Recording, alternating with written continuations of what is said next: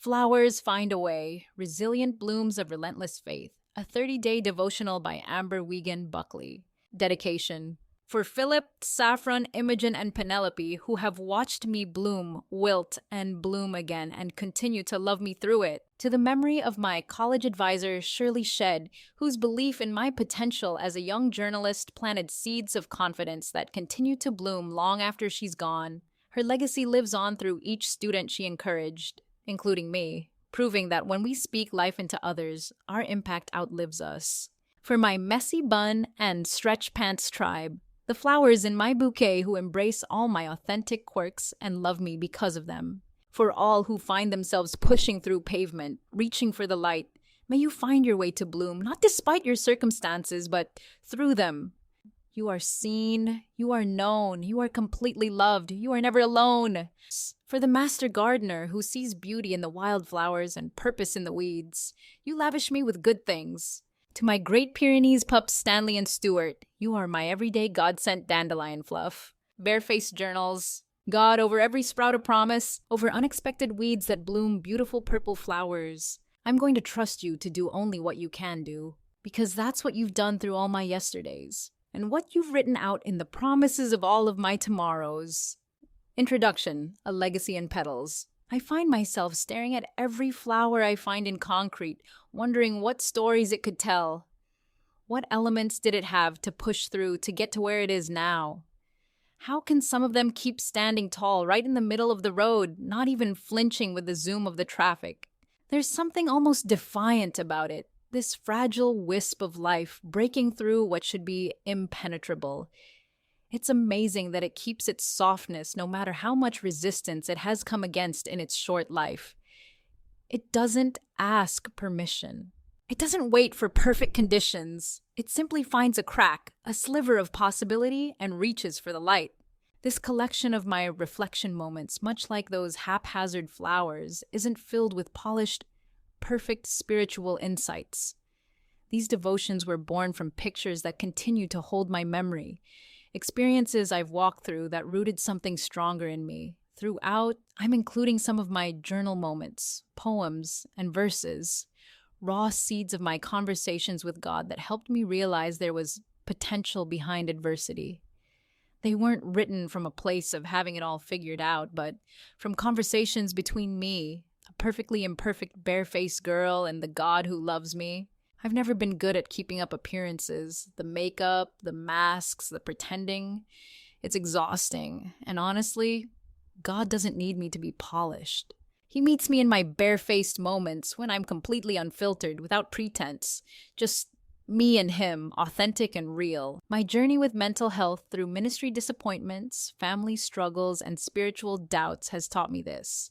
Flowers find a way. Not because they're stronger than concrete, but because they're persistent. They keep reaching, keep growing, keep seeking the light until they see a way to the surface and take a leap in that direction. You won't find 3 easy steps to a perfect faith here. These are honest reflections from someone who has felt the weight of the concrete and decided to bloom anyway. Someone who has discovered that God doesn't just meet us in our strength, but grows his strength through our weakness. He wants us to give him a chance to do just that. You will also find some intentional and unintentional typos, so it will be like a scavenger hunt of imperfect words coming from a perfectly imperfect girl, and in many ways, probably a lot like you. I've divided these devotions into 4 paths we all walk in our spiritual journey. Pushing through pavement. When life feels like it's buried you under a parking lot of problems, God gives us a stubborn hope to keep pushing upward. Revived from the root up. Getting honest about what feeds our souls and having the courage to cut away the stuff that's just taking up space. Soaking up the sun. Real talk about life struggles, especially the times when God feels a million miles away, but isn't. Wildflowers need to wander, embracing fresh callings, unexpected joy, and the beautiful ways God transforms our journey. So, whether you're feeling buried or beginning to break through, I invite you to join me in these reflections. Let's cultivate relentless faith together, one resilient bloom at a time. Section 1. Pushing through pavement. Cultivating determined blooms. When circumstances seem impossible to break through, God gives us the persistence to push upward toward his light. Day 1. The Defiance of Holy Blooms. The light shines in the darkness, and the darkness has not overcome it. John 1:5, New International Version. I'm pretty sure I have dandelion DNA, as I've always been drawn to these persistent blooms simply because they refuse to stay where they're told. Maybe it's because I know what it feels like to be pushed into the corner, overlooked, and labeled as something that is too flawed or out there to be acceptable. Or maybe it's because I recognize and relate to the holy defiance in their journey, pushing through darkness toward light, no matter the cost. No matter what others may see, whether they judge the blooms as worthy or not, all that yellow, headstrong beauty is pushed out through its boldness to overcome. This is why I love to stop and look at blooms pushing their way through the pavement. Their silent persistence inspires my own journey forward, as witnessing determination in nature strengthens my own resolve. I've spent most of my life searching for cracks, those narrow spaces where light filters through darkness. When I face resistance or darkness, I intentionally look upward toward the light I know is there. This deliberate focus on hope encourages me to lift my head even in the most confining, challenging situations. And beautiful girl, I want you to understand this truth too. Breaking is the essential life spark, the birthplace for any seed that blooms. Those breaking periods, no matter if it is a mess of my own making, that's where I should take heart, not shame, because that's where Father's light shines the brightest. That's where he wants to shine, through our humanness. Martin Luther King Jr. once said, "If you can't fly, then run. If you can't run, then walk. If you can't walk, then crawl. But whatever you do, you have to keep moving forward." Those flowers that don't give up when they hit resistance, they adapt, finding another route, another crack, another possibility. Like the nature of the bones and dirt of the human condition, we aren't meant to be perfect. We're made to be real, cracked, broken vessels that somehow still hold the light. And in that beautiful contradiction lies our greatest purpose, to be so authentically ourselves, so honestly broken that when God's light shines through us, no one mistakes the source of the glow. This truth becomes most visible to me when I encounter wildflowers growing in impossible places, between sidewalk cracks, in the gravel by railroad tracks, or through a tiny opening in a rock face. These aren't carefully cultivated garden blooms with ideal soil and regular watering. These are determined little warriors, making beauty where beauty shouldn't be possible. Their persistence reminds me that God specializes in bringing life to the most barren places. The flower doesn't break through because it has some special superpower. It breaks through because it simply cannot help but reach for the light. That's what it was made for. That's what we were made for too. This divine design within us reflects the truth that John's gospel articulates so beautifully. The light always shines in the darkness, and the darkness has never been able to extinguish it.